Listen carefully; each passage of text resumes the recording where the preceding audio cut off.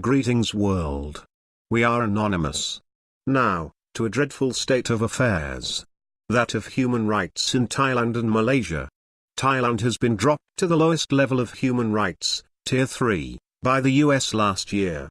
I also understand the irony in that, as the US tortures and kills people around the world and at home. However, Thailand has just been in the news again as they have found human trafficking camps that have housed hundreds, maybe thousands of Rohingya refugees. Over 30 were found dead in mass graves on the border with Malaysia, and they have found more camps just yesterday, the 13th of May 2015. The Thai government have always promised to combat this terrible scourge in their country but consistently do nothing. There have been police, government and high-ranked army officials linked to this scandal, as they were complicit in the trafficking of people. So far, these individuals have been moved to inactive posts in the capital pending investigations. In the past, people that are caught doing bad things are moved to inactive posts and then it goes away and is never brought up again. The elite in Thailand have a stranglehold on the majority, and the Prime Minister is censoring the press to only report what he likes, drip-feeding the news that's approved by the government. The Press Association are increasingly worried about self-censorship, and this is a slippery slope towards a complete dictatorship.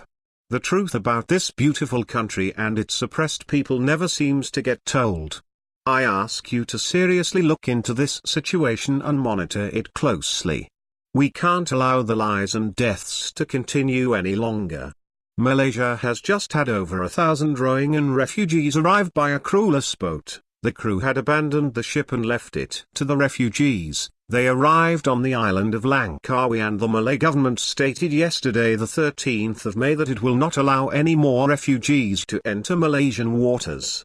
This means that the Malaysian Navy will inspect the boats and give assistance if needed, and then push them back out to sea. This is pretty much a death sentence to the people on board. We also can't allow this to happen either. The Rohingya refugees are suffering horrid treatment, torture and death in Burma, Thailand and now Malaysia. These people are innocent and must not be treated in such a manner. As human beings, we are failing. Don't you agree? However, another horrid tragedy came to my attention regarding Thailand. There is a temple in Kanchanaburi that had housed 147 tigers. These tigers were declawed and drugged to perform for the so-called monks and visitors. This has been known for many years, and investigations by certain wildlife groups found that the tigers were in fact drugged and living in appalling conditions, when they weren't on show for the paying visitors. The Thai government finally acted, and the monks staged a protest for 3 days, stating that they were looking after the tigers properly, even though 3 tigers registered there have disappeared according to the Thai government. There was a big hoo-ha in the press and online that the government was going to take the tigers away and close the place down. Somehow, the abbot of the temple still has the tigers to this date, due to a poor excuse by the government that it doesn't have the right facilities to house them right now. At the temple, you used to be able to buy tiger claws for just under $20 and sit and have your picture taken with a full-grown or baby Bengali tiger. These tigers are not native to Thailand and are then just making the tiger population of the world dwindle even further. Of late, we have seen the terrible state of African rhinos. They are all pretty much gone from the earth and in their natural habitat. Thailand, in a report last year, was the top importer of ivory and illegal wildlife products in the world. Many of these products are then smuggled out of the country.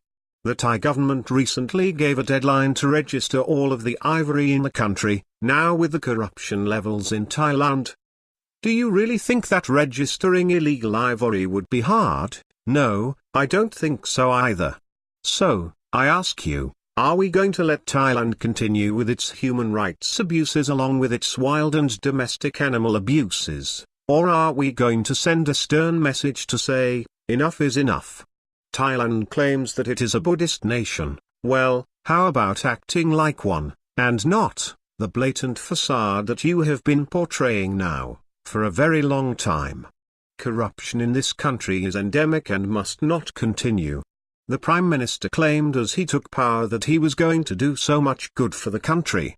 In fact, he listed 18 objectives that you can find online June 20, 2014 in the Nation newspaper. As yet, I have not noticed even one of them being acted upon. All I have seen is a war on the poor and no strides in the right direction.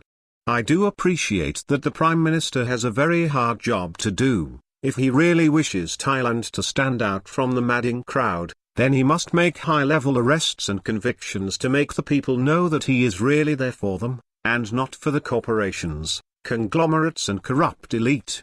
I was really very hopeful after the Prime Minister laid out in his 18-point plan, but the nationalism has gotten worse and we all know that nationalism is fascism. So, apart from angering the US, what has really been done? Please try to look into the Thailand situation, as I believe that it is far overdue for us to hand out a warning to the corrupt governments of this world, and Thailand, you are certainly one of them. We are anonymous, we are legion, we do not forgive, we do not forget. It's far too late to expect us, we're already here, and not just for the lols.